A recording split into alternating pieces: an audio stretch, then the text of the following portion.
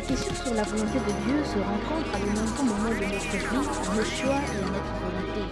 Jésus lui-même n'a pas exercé sa propre volonté, mais il a obéi en toute situation à son Père, allant jusqu'à la croix. La volonté de Dieu, c'est incontournable, mais c'est quoi la volonté de Dieu? Pour aborder ces questions, nous recevons sur le plateau le révérend Francis Tima. Pasteur Francis, bonjour. Bonjour. Qu'est-ce qu'on entend par la volonté de Dieu?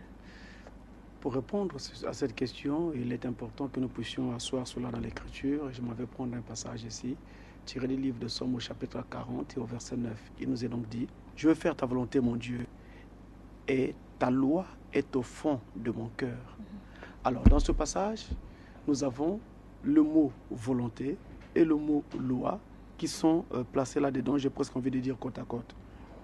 Qu'est-ce que cela veut donc dire?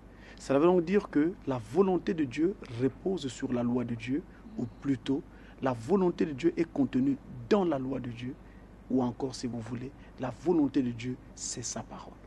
Alors, qu'est-ce que Dieu veut que nous fassions concrètement? Ce que Dieu veut que nous fassions est donc consigné dans ce grand livre qu'on appelle la Bible, de la première à la dernière page. Tout ce que nous avons comme recommandation, comme conseil, comme avertissement, et comme imprécation des mondes, eh bien, c'est la volonté de Dieu. Nous devons donc y prêter attention et agir en nous conformant à ses prescriptions. Vous avez dit que la volonté de Dieu, c'est faire la loi de Dieu, ou encore obéir à la loi de Dieu. La loi de Dieu, c'est quoi? Ça veut donc tout simplement dire que, vous savez, la loi de Dieu, c'est toute la parole de Dieu. C'est pourquoi j'ai dit que c'était sa parole. Toute la Bible est la loi de Dieu.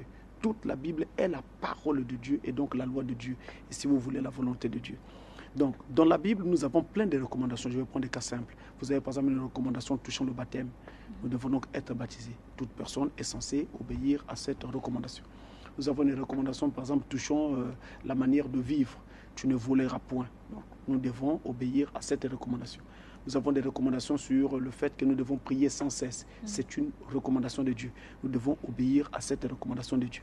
Nous avons par exemple dans Colossiens 3, verset 17, où il est écrit de prier avant toute chose. Donc avant d'aller quelque part, avant de manger, avant de parler ou avant de faire quoi que ce soit, je dois commencer par une prière. Voyez-vous, c'est une recommandation de Dieu. C'est un désir de Dieu.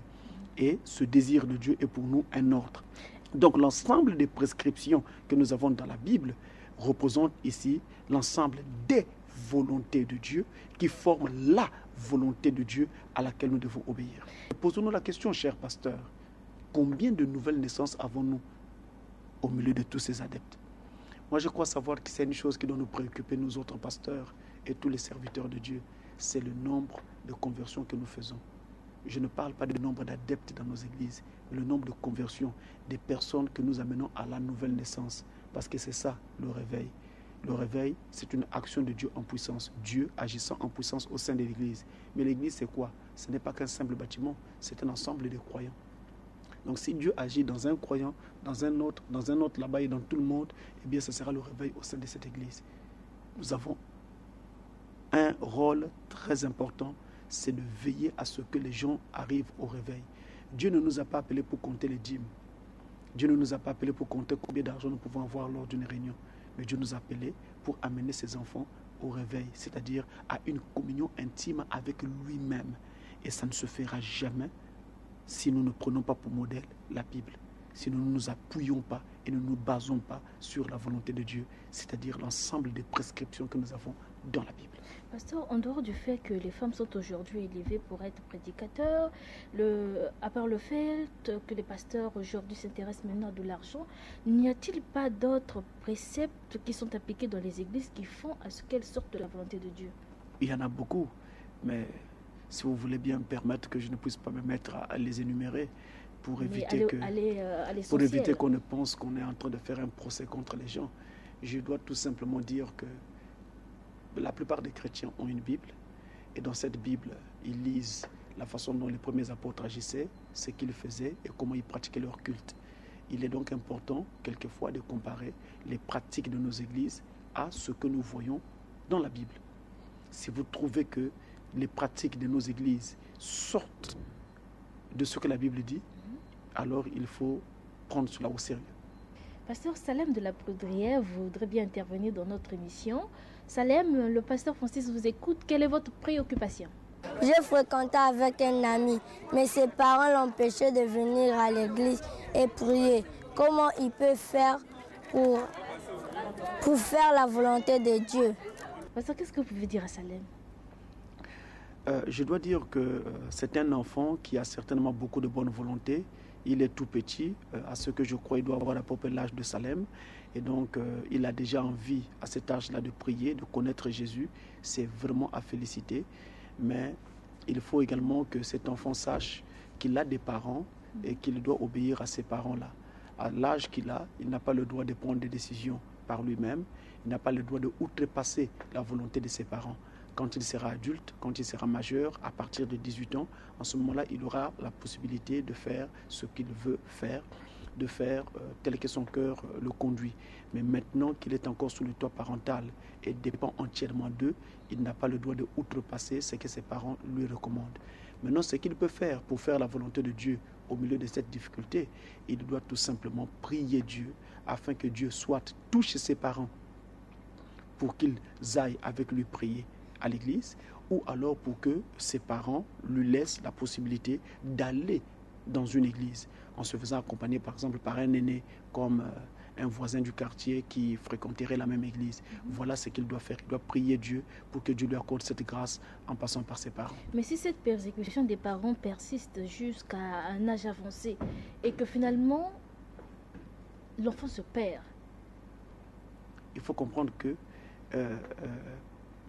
ce n'est pas à Dieu de se conformer à notre volonté, mais c'est à nous autres humains de nous conformer à la volonté de Dieu. Nous devons retenir ceci comme une vérité absolue et que nous devons absolument garder. est-ce qu'on peut contourner la volonté de Dieu? Non, c'est impossible. Il est impossible de contourner la volonté de Dieu.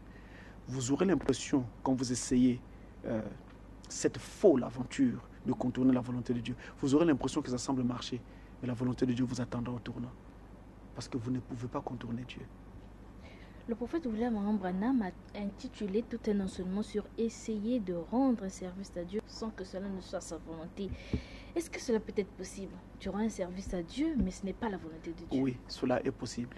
Cet enseignement de Frère Branham servait à montrer donc aux membres de l'épouse de Christ, à tous les croyants de notre âge, qu'il arrive parfois des moments où nous pensons servir Dieu, mais ce n'est pas Dieu que nous servons. Pour la simple raison que vous faites un travail par courage, mais ce n'est pas Dieu qui vous a appelé à faire ce travail. Donc, un travail que l'on fait pour Dieu doit être un travail inspiré par Dieu, un travail ordonné par Dieu, un travail demandé par Dieu. La bonne volonté, c'est très bien, mais l'appel de Dieu, c'est mieux. Donc si Dieu ne vous a pas appelé, arrêtez ces histoires de courage là. Nous n'avons pas besoin de courageux. Nous avons besoin des gens qui fassent la volonté de Dieu. Mais le royaume des cieux appartient aux courageux, aux audacieux. Appartient aux violents. On parle de violents en termes de promesses de l'évangile. Ceux qui saisissent la parole et non pas ceux qui jouent le rôle de l'imposteur. Parce que quand vous prenez une place qui ne vous revient pas, que Dieu ne vous a pas donnée, vous êtes un imposteur. Pasteur, pour aller dans le même sens, Madame Ndjembo du quartier Kwiku a une question à vous poser. Mais Ndjembo, le pasteur Francis vous écoute. Quelle est votre question? Dans la brochure, arrive-t-il à Dieu de changer d'avis à propos de sa parole? Le paragraphe 161, le prophète dit que Dieu n'a jamais changé d'avis, changé sa parole, mais il est un Dieu bon et il vous donnera ce que votre cœur désire, même si c'est contraire à sa volonté. Pasteur, comment savoir que ce que je suis en train de faire ou ce que je suis en train de vivre est la volonté parfaite du Seigneur ou la volonté permissive du Seigneur? Pasteur Francis, quelle est votre réaction sur sa question? Qu'est-ce que vous pouvez dire à Madame Ndjembo? Bon, il y a justement dans la parole de Dieu deux sortes de volontés. Mais les deux sont volontés de Dieu. Il y a ce qu'on appelle la volonté permissive, on l'appelle encore volonté accordée. Et cela, le mot accordé traduit très bien ce que je veux entendre par permissive. Ça veut donc tout simplement dire une volonté que Dieu vous accorde tenant compte d'une circonstance ou d'une situation à laquelle vous faites face. Ensuite, il y a la volonté parfaite de Dieu. Maintenant, la volonté parfaite de Dieu, c'est la volonté que Dieu a établie de façon originelle dans sa parole.